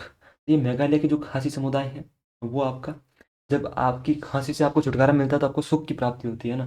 जब ये खांसी चली जाती है तो सुख की प्राप्ति होती है। तो आपको खासी समुदाय याद रखना है, इससे सात्सुक से। फसल कटाई के बाद किए जाने वाला धन्यवाद नृत्य का Shad Suk Mynsiem is a thanksgiving dance formed by the Khasi tribe of Meghalaya after harvest. प्रकृति को, देवताओं को धन्यवाद देते हैं कि आपने इतनी अच्छी फसल बनाई, हमारे लिए प्रस्तुत करी, हमें दी। गारो ट्राइब सेलिब्रेट्स वांगला फेस्टिवल, गारो जनजाति वांगला उत्सव मनाती है, जिसे आप 100 ड्रम फेस्टिवल भी बोलते हैं, है ना। 100 ड्रम फेस्टिवल बोलते हैं इसे, वांगला वाले को, ठीक है। ये कौन मनाती है? गारो जनजाति मनाती है फेस्टिवल। मिजो जनजाति चेराऊ डांस करती है, जिसे बेम्बू डांस भी बोलते हैं, ठीक है। तो इसका खांसी होगा ऑप्शन ए, खांसी, ठीक है, खांसी। बाकी नागालैंड में आपको पता है कि हॉर्नबिल जो है नागालैंड में काफ़ी फेमस है, हॉर्नबिल। आंध्र प्रदेश के मंदिरों और दरबारों में किस शास्त्रीय नृत्य शैली को पुनर्जीवित और प्रोत्साहित किया गया था? Which classical dance form was revived and promoted in the temples and courts of Andhra Pradesh? क्या वो विलासिनी नाट्यम था, मोहिनीअट्टम था, सत्रिया था, या कथक था? तो देखो, मोहिनीअट्टम तो आपका केरला का है ना, वो तो आपका केरला का है, केरला का है। सत्रिया आपका असम का है, असम। और आपका कथक, कथक जो आपका यूपी का है, तो आपका विलासिनी अट्टम हो जाएगा, ये आपका आंध्र प्रदेश का। कहते हैं ना कि जो आदमी भोग विलास में अंधा हो जाता है ना, भोग विलास में अंधा, आंध्र प्रदेश विलासिनी नाट्यम है। विलासिनी नाट्यम जिससे देवदासी परंपरा से जोड़ा जाता है, आंध्र प्रदेश में पुनर्जीवित किया गया है, इसे रिवाइव किया गया है, जिसे आपकी जो देवदासी ट्रेडिशन है उसे जोड़ा जाता है। मोहिनीअट्टम देवदासी क्या होती है? कुछ स्त्रियाँ थी जो आजीवन मंदिरों में ही रहती थी, उनका विवाह नहीं होता था, और लोग उनके साथ जो है संबंध बनाते थे, ठीक है। और वो पूजा वगैरह में भी उनका कुछ रोल रहता था। बाकी मेरे को इतना डिटेल में इनके लिए नहीं पता है। मोहिनीअट्टम केरल का नृत्य है, मोहिनीअट्टम बिलोंग्स टू केरला। और आपका कथकली भी यहाँ से केरला से है, कथकली केरला से। बाकी कथक आपको पता है कि नॉर्थ इंडिया में स्पेशली यूपी में अवध और जो मुगल दरबार थे वहाँ आपका ये फ्लोरिस्ट है ना, वहीं आपका फला फूला। ओडिशा के पाइका डांस में कौन सा प्रदर्शन खंड शामिल है? द पाइका नृत्य of Odisha involves which of the following performance segments? तो क्या है इसमें? फिर वही बड़ा ऑप्शन आ गया आपका, practice of shield and sword, ढाल और तलवार का अभ्यास होता है इसमें। और ये ऑप्शन भी वही है जो आपके एग्जाम्स में आए हैं, है ना। तो ये मत बोलना कि आप अपने आप बड़े ऑप्शन लेकर आ रहे हो, नहीं। Practice of shield and sword, ढाल और तलवार का अभ्यास होता है पाइका में। एक आपको पाइका डांस है ना झारखंड में भी होता है, जानते हो ना, पाइका नृत्य झारखंड में भी होता है, झारखंड में भी होता है, तो कंफ्यूज मत हो जाएगा ना, झारखंड। पाइका नृत्य ओडिशा का युद्धक नृत्य है, यानी कि आपका वॉर डांस है, मार्शल डांस है, जिसमें ढाल और तलवार का प्रयोग होता है। Combat using shield and swords, कि mock combat using shields and sword dance है आपका उड़ीसा का। शास्त्रीय कथा वाचन कथकली से संबंधित है, यानी कि classical story telling is associated with Kathakali. तो ये कहानी वाला जो है कथकली का पोर्शन है आपका, वो भी क्लासिकल। भक्ति गायन भजन और कीर्तन में होता है, यहाँ पाइका में नहीं होता है। छत्तीसगढ़ में भाद्रपद एकादशी पर कर्मा अनुष्ठान और नृत्य किस पेड़ का सम्मान करते हैं? The Karma ritual and dance honour which tree on Bhadra Ekadashi in Chhattisgarh? वो कर्म ट्री का ही करते हैं भाई, है ना। ऑप्शन इसका जो ये है कर्म ट्री वाला वो होगा, ठीक है। कर्म ट्री, कर्मा कर्म ट्री, है ना, कोई और दूसरा नहीं, आपको इसी से जोड़ना है। कर्म नृत्य कर्म वृक्ष की का सम्मान करता है जो समृद्धि और उर्वरता का प्रतीक है। द कर्म डांस ऑनर्स द कर्म tree symbolising prosperity and fertility in tribal communities. जो आपकी जनजाति होती है उनमें इसे समृद्धि और उर्वरता का प्रतीक मानते हैं, फर्टिलिटी का, है ना, तो इसका सम्मान करते हैं। पीपल जो है हिंदू और बौद्ध धर्मों में पवित्र है। People is sacred in Hinduism and Buddhism. Wangala उत्सव जिसे हम अभी पहले देखे हैं कि 100 ड्रम फेस्टिवल भी बोलते हैं, किस आदिवासी समुदाय द्वारा मनाया जाता है? तो हमें पता है कि गारो से मनाती है, गारो जो आपके ट्राइब है वो। वांगला जिसे बोलते हैं आपका सो ढालों का उत्सव 100 drum festival is celebrated by the Garo tribe of Meghalaya after harvest. Santhal जनजाति जो है सोहराय फेस्टिवल मनाती है आपकी। गोंड जनजाति जो है केसलपुर जनजात्रा मनाती है, गोंड सेलिब्रेट केसलपुर यात्रा, ठीक है। और संथाल वगैरह जो है आपकी ये कहाँ रहती हैं? आपकी छत्तीसगढ़ झारखंड में रहती हैं। और गोंड भी यहीं रहती है, मध्य प्रदेश छत्तीसगढ़ झारखंड में, यहाँ पे रहती हैं ज़्यादातर, है ना। मणिमहेश मेला प्रतिवर्ष किस राज्य में आयोजित किया जाता है? In which state is the Manimahesh fair held annually? तो हिमाचल प्रदेश में आपका मणिमहेश होता है ना। मणिमहेश, महेश किसे बोलते हैं? महेश आपको पता है कि शिव जी को बोलते हैं, शिव जी को महेश के नाम से जानते हैं।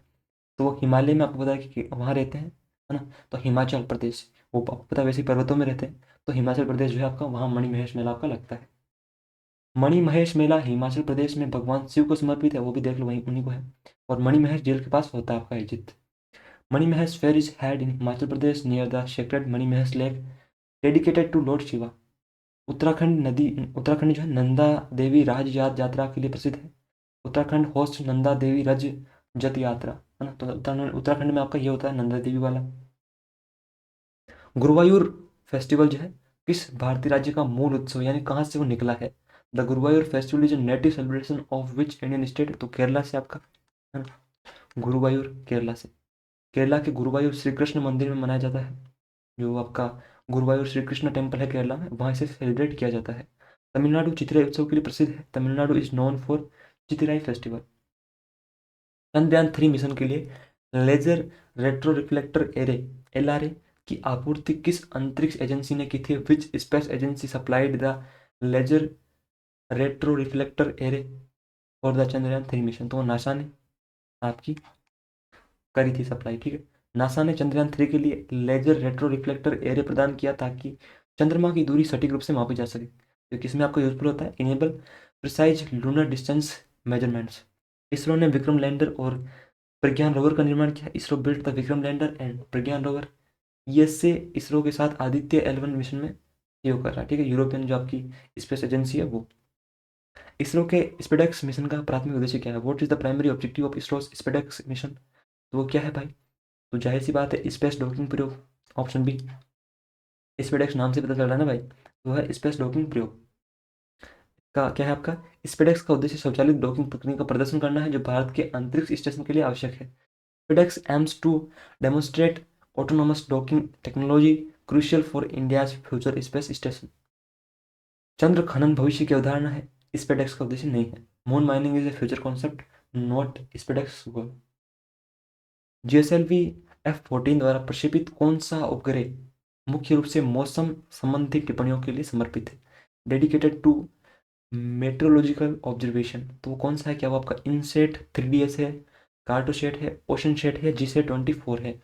इनसेट 3DS जो है आपका वो मौसम पूर्वानुमान, चक्रवात निगरानी और आपदा चेतावनी को मजबूत करता है, ठीक है। तो आपका किस किस के लिए आपका INSAT 3DS enhances weather forecasting, cyclone monitoring and disaster warning systems. वहीं आपका जो कार्टोसेट है वो पृथ्वी अवलोकन और मानचित्रण के लिए उपयोग होता है। Cartosat is used for earth observation and mapping, जैसे आपका निसार होता है वैसे ही। ओशन सेट, ओशन नाम से पता चल रहा है, समुद्री मापदंडों की निगरानी करता है ना। तो ओशन पैरामीटर्स जो है उसे मॉनिटर करता है आपका। तो ये तो आपका समुद्र से हो गया, ओशन नाम से पता चल रहा है। तो आपका इनसेट 3DS ऑप्शन ए होगा इसका। विश्व खुशहाली रिपोर्ट प्रतिवर्ष किस संगठन द्वारा जारी की जाती है? The world happiness report is released annually by which organisation? तो वो कौन करता है आपका? ऑप्शन सी बड़ा वाला, संयुक्त राष्ट्र सतत विकास समाधान network, UN sustainable development solution network, वो करता है आपका। अभी जो इसमें फर्स्ट आया था लेटेस्ट में, वो कौन था फर्स्ट अभी? वो आपका था आइसलैंड या फिनलैंड, कौन था बताओ? और इंडिया की रैंक क्या थी इसमें? इंडिया की रैंक क्या थी इसमें? इंडिया 126 स्थान इंडिया ने इसमें अचीव किया था, ठीक है। विश्व खुशहाली रिपोर्ट संयुक्त राष्ट्र सतत विकास समाधान नेटवर्क द्वारा प्रकाशित की जाती है। The world happiness report is published by the UN sustainable development solutions network, यानी कि SDSN, कि भाई लोग कैसे खुश हैं, कितने खुश हैं, कहाँ पे, और खुश रहने के जो कारण हैं वो भी चेक करते हैं भाई। स्वास्थ्य कैसा है ना, पढ़ाई लिखाई कैसी हो रही है वहाँ पे, एजुकेशन सिस्टम कैसा है, हेल्थ केयर वगैरह। विश्व बैंक जो है वो विश्व विकास रिपोर्ट प्रकाशित करता है। World bank publishes world development report. और यूएनडीपी जो है वो मानव विकास रिपोर्ट प्रकाशित करता है, यानी कि ह्यूमन डेवलपमेंट रिपोर्ट कौन आपका करता है? वो यूएनडीपी, यानी यूनाइटेड नेशंस डेवलपमेंट प्रोग्राम। 2024 में भारत की पहली स्वचालित इंडोर वायु गुणवत्ता निगरानी सुविधा पवन चित्रा का अनावरण कहाँ किया गया था?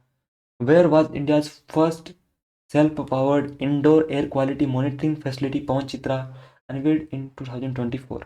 तो कहाँ पे है वो जो आपकी पवन चित्रा है ना, स्वचालित self powered indoor air quality monitoring, वो अंदर की वायु गुणवत्ता की निगरानी करती है, वो पवन चित्र।